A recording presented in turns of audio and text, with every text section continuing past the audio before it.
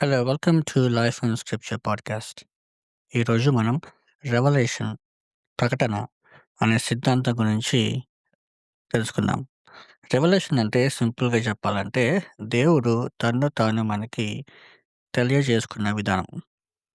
దేవుని గురించి మనం నిజంగా ఎలా తెలుసుకోవాలి? మన ఊహలతోనా? మన ఫీలింగ్స్‌తోనా? మన చుట్టూ ఉన్న కల్చర్‌తోనా? లేక దేవుడు తన గురించి తన వాక్యంలో ఏమి తెలియజేశాడో దాని ద్వారానా? ఈ ప్రశ్న చాలా ముఖ్యమైనది. ఎందుకంటే దేవుడిని మనం మనకి వచ్చినట్లు ఇమాజిన్ చేసుకునే వ్యక్తి కాదు. నాకు దేవుడు ఇలా అనిపిస్తున్నాడు. నా దృష్టిలో దేవుడు ఇలా ఉంటాడు అని మనం అనుకోవచ్చు. కానీ అసలు ప్రశ్న ఏంటంటే దేవుడు తన గురించి ఏమి చెప్పాడు? దేవుని గురించి నిజంగా తెలుసుకోవాలంటే దేవుడే తన్ను తాను మనకి చెప్పాలి. ఆయన ఎవరో, ఆయన గుణాలు ఎలా ఉంటాయో, దేవుని చిత్తం ఏమిటో, మనం ఆయన ముందు ఎలా జీవించాలో, మన పాపము ఎంత తీవ్రమైనదో, రక్షణ ఎక్కడుందో, ఇవన్నీ మనం ఊహతో తెలుసుకునే విషయాలు కావు. దేవుడు మనల్ని మన ఊహకి వదిలిపెట్టలేదు. మీకు వచ్చినట్లు మీరు నన్ను అర్థం చేసుకోండి అని మనకి వదిలేయలేదు. ఆయన తన వాక్యంలో తన్ను తాను మనకి తెలియజేశాడు. క్రైస్తవ విశ్వాసం మనుషులు తయారు చేసుకున్న మత ఆలోచన కాదు. ఇది నిజమైన దేవుని ఆరాధన. ఆయనే మన సృష్టికర్త. ఆయన మన విమోచకుడు. కాబట్టి ఆయన్ని ఎలా తెలుసుకోవాలి? ఎలా ఆరాధించాలి? ఎలా సేవించాలి? ఇవన్నీ ఆయన ఇచ్చిన వాక్యంలోనే మనకి తేటగా తెలియబడి ఉన్నాయి. బైబిల్‌ని మనం సాధారణ పుస్తకంలా చూడకూడదు. అది కేవలం మంచి స్టోరీస్ ఉన్న పుస్తకంలాగా, మంచి మోరల్ ఉన్న స్టోరీస్‌లాగా మనం చూడకూడదు. అది కేవలం మనుషులు దేవుని గురించి రాసుకున్న థాట్స్ కాదు. బైబిల్ దేవుడు తన గురించి, తన యాటిట్యూడ్ గురించి, తన క్యారెక్టర్ గురించి, తను చేసిన గొప్ప కార్యాల గురించి, తన రక్షణ గురించి మనకి ఇచ్చిన విషయం ఏంటంటే, దేవుని వాక్యంలో మనకి అన్నీ ఉన్నాయి. బైబిల్‌లో మొత్తం 66 పుస్తకాలున్నాయి. క్రీస్తు రాకముందు రాయబడిన 39 పుస్తకాలు ఓల్డ్ టెస్టమెంట్ అంటాం. క్రీస్తు వచ్చిన తర్వాత రాయబడిన 27 పుస్తకాలు న్యూ టెస్టమెంట్ అని పిలుస్తాం. ఇవన్నీ కలిపి దేవుడు తన ప్రజలకు ఇచ్చిన దేవుని వాక్యం. బైబిల్‌లో రకరకాల జానర్స్ ఉన్నాయి. హిస్టరీ ఉంది. సామ్స్ ఉన్నాయి. తర్వాత విజ్డమ్‌తో కూడిన వాక్యాలున్నాయి. సువార్తలున్నాయి. అపోస్తుల యొక్క లేఖలున్నాయి. ఇవి వేరు వేరుగా మనకు కనిపించినా ఇవన్నీ ఒకే దిశకి మనల్ని తీసుకెళ్తున్నాయి. అదే ఏంటంటే దేవుడు ఎవరై ఉన్నారు? క్రీస్తు ఎవరు? రక్షణ మనకి ఎలా లభిస్తుంది? వీటన్నిటి గురించి మనం చూడొచ్చు. దేవుడు తన ప్రజలకు వాక్యాన్ని రాసి ఇచ్చిన విషయం బైబిల్‌లో స్పష్టంగా ఉంది. నిర్గమాకాండం 32వ అధ్యాయం 16వ వచనంలో దేవుడు ఇచ్చిన రాతి పలకల గురించి ఇలా ఉంది. ఈ పలకలు దేవుని పని అయి ఉండెను. ఈ పలకల మీద చెక్కబడిన రాత దేవుని రాతయై ఉన్నది. ఇది కేవలం దేవుని యొక్క మాట అంటే ఇది జస్ట్ రాసాడు అని కాదు. ఈ యొక్క పలకల మీద ఇశ్రాయేలీయుల యొక్క జీవితం ముడిపడి ఉంది.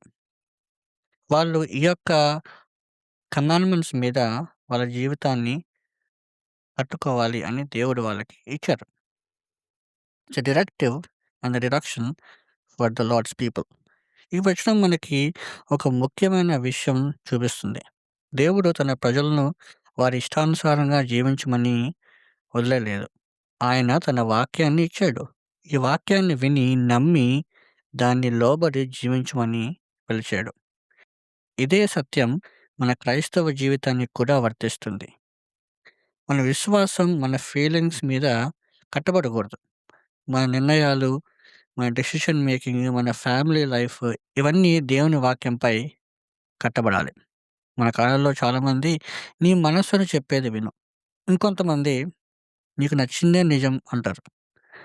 ప్రతి ఒక్కరికి ఒక వారి వారి సత్యం ఉంటుంది.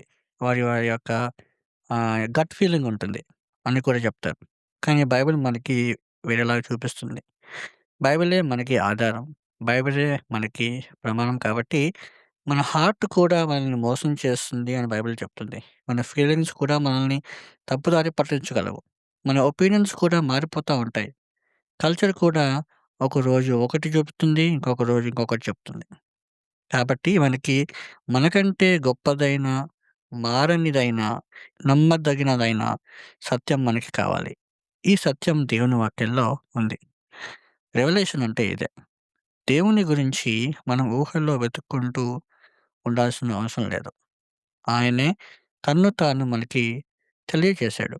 ఆయన స్వభావం, ఆయన చిత్తం, ఆయన ఆజ్ఞలు, ఆయన వాగ్దానాలు, ఆయన రక్షణ మార్గం ఇవన్నీ తన వాక్యములో మనకి స్పష్టంగా చూపించాడు. ఇది మన రోజువారీ జీవితంలో కూడా కనిపించే విషయమే. మనకి ఏమి చేయాలో తెలియని సిట్యుయేషన్‌లో వచ్చినప్పుడు మనం ఎక్కడికెళ్తాం? మన ఫీలింగ్స్ వైపేనా? మన ఫ్రెండ్స్ అడ్వైస్ వైపేనా? లేక దేవుని వాక్యం వైపా?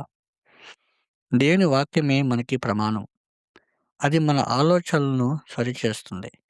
మన తప్పును సరిదిద్దుతుంది. మనం దారి తప్పినప్పుడు తిరిగి క్రీస్తు వైపుకి నడిపిస్తుంది. కాబట్టి బైబిల్‌ని కేవలం ఇంట్లో ఉంచుకునే పవిత్ర పుస్తకంగా చూడకూడదు. కేవలం సండే వర్షిప్‌లో తెరిచే పుస్తకంలా చూడకూడదు. కష్టాలు వచ్చినప్పుడు మాత్రమే ఓపెన్ చేసి దాన్ని చదివి దానిలో ఉన్న వాక్యాలు తీసుకొని కంఫర్ట్ పొందడానికి చూడకూడదు. దేవుడు తన వాక్యంలో మనకి దారి చూపించాడు. కాబట్టి ఆ వాక్యాన్ని వినయంతో చదవాలి. విశ్వాసంతో నమ్మాలి. విధేయతతో జీవించాలి. ఇప్పుడు మనల్ని మనమే ఒక ప్రశ్న వేసుకోవాలి. దేవుని గురించి నా ఊహల ప్రకారం జీవిస్తున్నానా? లేక ఆయన తన వాక్యంలో చెప్పిన సత్యాన్ని నేను వెంబడిస్తున్నానా? నా ఒపీనియన్స్ తప్పు అని వాక్యం చూపించినప్పుడు నేను వినయంగా ఒప్పుకుంటున్నానా? నా ఫీలింగ్స్ కంటే దేవుని వాక్యానికి ఎక్కువ విలువ ఇస్తున్నానా? ఇలాంటి ప్రశ్నలు మనం వేసుకోవాలి. దేవుడు మనల్ని మన ఇష్టానుసారానికి వదిలివేయలేదు. మనం ఎలా జీవించాలో, ఎవరిలో రక్షణ ఉందో, ఎక్కడ నిజమైన ఆశ ఉందో ఇవన్నీ ఆయన తన వాక్యంలో స్పష్టంగా తెలియచేశాడు. కాబట్టి మన విశ్వాసం, మన డెసిషన్స్, మన ఫ్యామిలీ లైఫ్, మన సంఘ జీవితం ఇవన్నీ దేవుని వాక్యంపై కట్టబడాలి. దేవుని వాక్యమే మనకి ప్రమాణము. ఈ వాక్యాన్ని మనం పూర్తిగా నమ్మవచ్చు.